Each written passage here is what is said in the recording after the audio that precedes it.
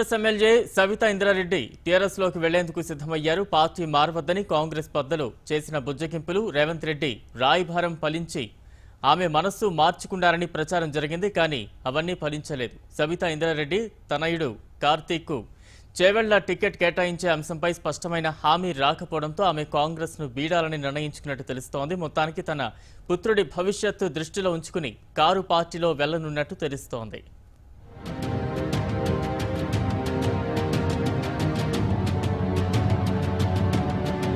ఎన్నికల వేళ తెలుగు రాష్ట్రాల రాజకీయాలు మలుపులు తిరుగుతున్నాయి.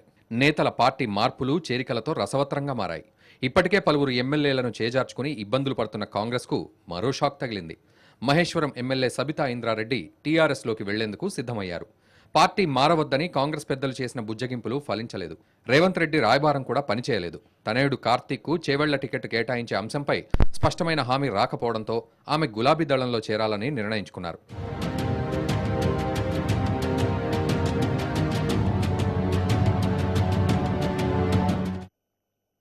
సబితా ఇంద్రారెడ్డి టీఆర్ఎస్లో చేరతారని గత కొన్ని రోజులుగా ఊహాగానాలు వినిపించాయి. అయితే రేవంత్ రెడ్డి రంగంలోకి దిగి పరిస్థితి చక్కదిద్దారని, దాంతో మనసు మార్చుకుని కాంగ్రెస్లోనే కొనసాగేందుకు ఆమె అంగీకరించారని ప్రచారం జరిగింది.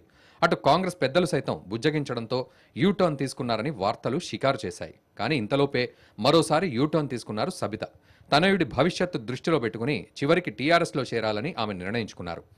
తమకు రాజేంద్రనగర్ ఎమ్మెల్యే సీటుతో పాటు చేవెళ్ల ఎంపీ సీటు ఇవ్వకపోవడంపై కార్తీక్ రెడ్డి తీవ్ర మనస్తాపం చెందినట్లు తెలుస్తోంది. వీరి అసంతృప్తిని గమనించిన టీఆర్ఎస్ సబితా ఇంద్రారెడ్డికి మంత్రి పదవి ఇవ్వడంతో పాటు కార్తీక్ రెడ్డికి కీలకమైన పదవి ఇస్తామని హామీ ఇచ్చినట్లు సమాచారం. కాగా వైఎస్ రాజశేఖర రెడ్డి హయాంలో ఉమ్మడి ఏపీ తొలి మహిళా హోంమంత్రిగా సబితా ఇంద్రారెడ్డి పనిచేశారు. డిసెంబర్లో జరిగిన అసెంబ్లీ ఎన్నికల్లో మహేశ్వరం నుంచి ఎమ్మెల్యేగా గెలుపొందారు. మొత్తానికి లోక్సభ ఎన్నికలు సమీపిస్తున్న వేళ టీఆర్ఎస్ ఆపరేషన్ ఆకర్ష్తో హస్తం పార్టీ పరిస్థితి అస్తవ్యస్తంగా మారింది. మరి గులాబీ పార్టీ జోరుకు బ్రేక్ వేసి కాంగ్రెస్ నుంచి వలసలను కట్టడి చేసుకుంటుందా లేదా వేచి చూడాలి.